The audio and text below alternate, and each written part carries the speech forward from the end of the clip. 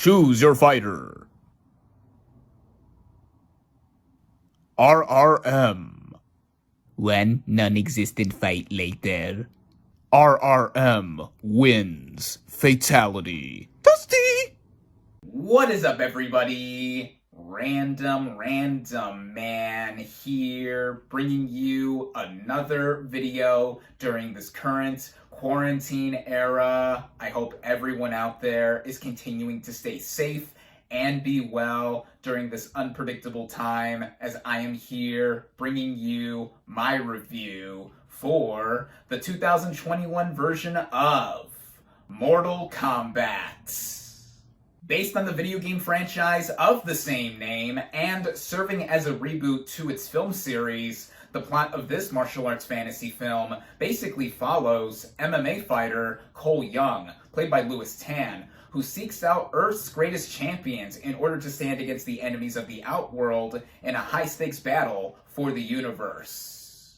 Going into this movie, I really did not anticipate it that much. To quickly go over my thoughts and history with the Mortal Kombat franchise, I would say that I am a fan of these games, at least the ones that I've played. I'm not a devout fan. I wouldn't even consider myself a casual fan because I don't consistently keep up with the games. But I do remember the release of the fifth game, Deadly Alliance, which was memorable to me for the title Deadly Alliance between Quan Chi and Shang Tsung. And this was back in 2002. I was in kindergarten at that time. Way too young to be knowing or playing these games. I also remember Shaolin Monks. For sure, I remember the big release of the ninth game back in 2011, a decade ago by now, and there have been a couple other games after that more recently. With the movies, I hardly have any memory of the 1995 original film, aside from obviously the iconic theme song, Mortal Kombat, dun dun dun dun dun dun dun dun dun dun. Okay, I'll stop that now, in case you haven't already clicked off of this video. The sequel has some of the worst dialogue in any movie, period. I remember stumbling across a random YouTube clip saying the worst line ever read in film history or something like that, and yeah, that's it in terms of my memory of the films. So, with the advent of this new film version of Mortal Kombat coming out, as I said, I really wasn't looking forward to it that much, mainly on the grounds that most video game movies suck. Like, it's really been a bad trend going on. Some silver linings that I saw from the trailer for this film, though, were the fact that it was going to be rated R, with most of the Mortal Kombat games being rated M, so it fits how it would be faithful on that front. Some of the visuals made it look like it was straight out of the games. Starting out with the cast and their performances, I'm actually going to begin with the two players that I feel are the most iconic in the entire franchise, Sub-Zero and Scorpion, as played by Joe Taslim and Hiroyuki Sanada. The movie opens with the rivalry between these two ninjas established, and I thought that they brought a lot of great screen presence with them and fit the characters that they were playing. The rest of the cast, though, I found to be very hit and miss, as there's zero character development across the movie narratively, which I'll get into. But in terms of the main lead, Cole Young, as played by Lewis Tan, he is a new character made up for this film specifically, and that came as no surprise to me, as I definitely did not remember him from any of the games, and I found him to be pretty flat overall. He's basically a dull descendant of Scorpion, and later has to fulfill his potential with the other fighters in order to stand a chance against this big tournament that the movie in the first place sets up, and I didn't find him to be very compelling at all, and I thought that the movie should have just focused on one of the already established players from the Mortal Kombat lore. There's also Jessica McNamee as Sonya Blade, a character Cole eventually meets and forms an alliance with. She in this film is basically like a knockoff Sarah Connor, you know, the badass capable chick type who really didn't do much to differentiate herself from that character or even other badass women in film. And then a character who's already associated with Sonya Blade, Kano, is in this film as played by Josh Lawson. He was probably my favorite character of all of them, mainly because he had a no-nonsense, foul-mouthed attitude, and he knew what he was doing in being in this film. He looked like he was having fun hamming it up, and he just felt like he fit despite the tone being all over the place, which I'll get to later. And then there are quite a few other players that play central mainstays of the video game franchise. I'm just reading off a list here. Tandanobu Asano as Lord Raiden, Makad Brooks as Jax, Ludi Lin as Liu Kang, Chin Han as Shang Tsung. I could go on. And some felt like they fit what the movie was going for, yet others I felt like either had lack of character development, as I mentioned earlier, or just really were there just to fulfill fan service. Getting into the writing, the way the movie was initially set up, I thought was actually great. The opening minutes of this film, which were given away for free days ago before this film's release, I thought was engaging, and as I mentioned before, it established the rivalry between Scorpion and Sub-Zero, and I thought the movie would mostly be like that. But then the movie shifts gears and focuses on the new character Cole Young, and again, I did not find him to be that much of a likable lead or just anyone I was willing to root for, despite having a family, and that is supposed to make us feel sympathetic for him. Yet, with all the other characters that do come in and eventually form alliances with one another or are just established in this bigger lore,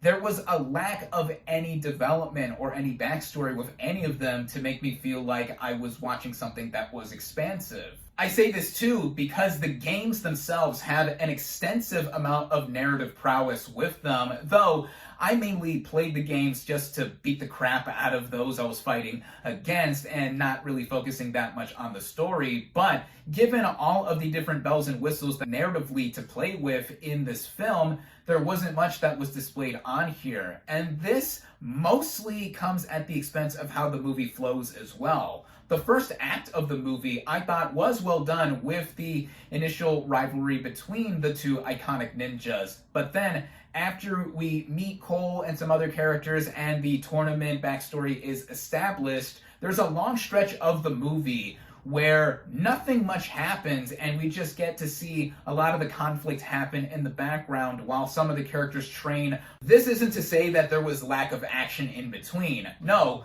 the training montages in between all of these moments are present, but it's not the same visceral violence that one would expect from the video games to be here. We get most of that towards the beginning and especially towards the end within the final act. And I thought it was all handled with an uneven execution. And this is on top of the fact that I thought it was weakly written with how the characters were developed, and tonally, the film, I thought, did not have an established grasp in terms of wanting to be so serious or so silly, as it went back and forth in between, and I thought it would have benefited the movie more if it just chose one side. This also has to do with the dialogue being utterly terrible, though there are references verbally to the games. I mean, one character says they win after doing a fatality. There's also the reference to the actual word fatality, and also having one to test their might while training for this tournament. Yeah,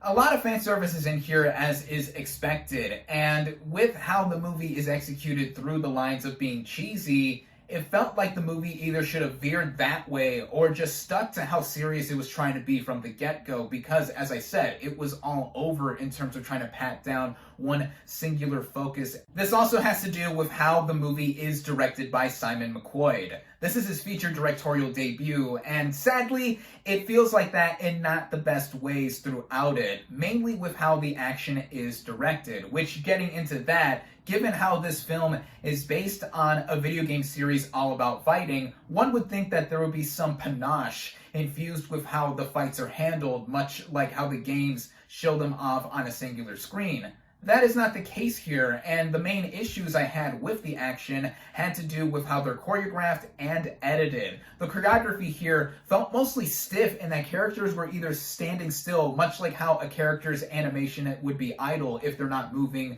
or fighting. This is attempted to be hidden or remedied by the way it is cut together editing-wise, and there are a lot of quick cuts present here with not that many wide or long shots in order to see the action happen visibly, which bothered me because there should have been a lot of expected rehearsal and training for these fighting sequences, and it's also not helped by the fact that there's a lot of CGI present here. And I'm not necessarily talking about the various powers that different characters have. No, that's expected, and I thought for the most part it looked fine visually there, but there's a lot of CGI used with the characters moving whenever they're jumping back and forth. It made it look like the game at times with how super fast that they can move like, but I felt that this was further trying to hide the fact that this movie tried to frame its action with a short attention span feel, and that a new shot or angle had to be cut to every moment, and it didn't feel like I was watching the game being played out on the big screen. Speaking of that too, I ironically did not see this movie on the big screen. I watched it at home on HBO Max, and I don't think I missed much with seeing it in the theater because, as I said, I noticed how choppily edited this film was. Visually, there were some impressive looking locations, but the film looked like it exhausted its budget after a while, aside from the various powers and moves that the characters had while fighting each other. And with how some moments of the film did feel like they were pulled straight out of the games, and it was cool to see, I felt like the movie didn't have enough of that, which is ironic for a movie that is based on a video game series about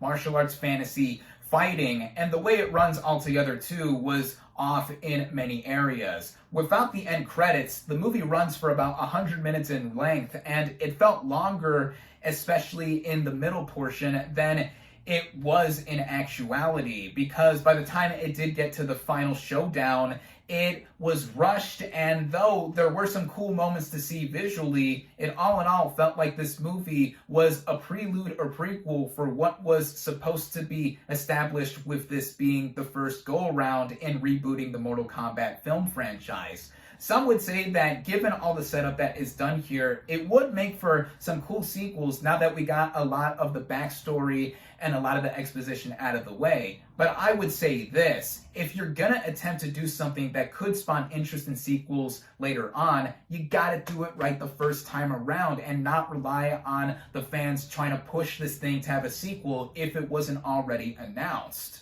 All in all, I did not expect to get much out of this movie going into it, and I didn't get that much out of it finishing it up. So I could say that this film did meet my middling expectations for it. On that front, I would say that it's one of the better video game film adaptations by default, but that is such a laughably low bar to try to overcome that it either makes me think that Hollywood should try harder in adapting video games into films or just stop adapting video games into movies altogether. I'm all for the latter. I mean, we're getting more video game adaptations very soon, like Metal Gear Solid and Uncharted, and it seems like Hollywood is just throwing stuff at the wall to see what sticks for this genre of films, and I'm dreading the idea of any more properties getting ruined by transitioning from one medium to another. For fans of the games, I can see them being into it for how it is violently and visually faithful to their source material. I already know people that enjoyed this film because of that and some other attributes just for them enjoying these kinds of films, and more power to them. For everyone else, though, it is uneven and weakly written to be compelling or bring outsiders who are not initiated with the games into watching this film. For me, I see the pros and cons of this movie, and on a filmmaking front, there are things that I thought really regressed itself, but I think there were good things in terms of being faithful to the game that brought it up. So I'm back and forth on it, and ultimately I am down the middle with this movie, in it being nothing more than mediocre, and I leave it up to you to decide what you make of it. My final verdict for Mortal Kombat is 2.5 out of 5 stars.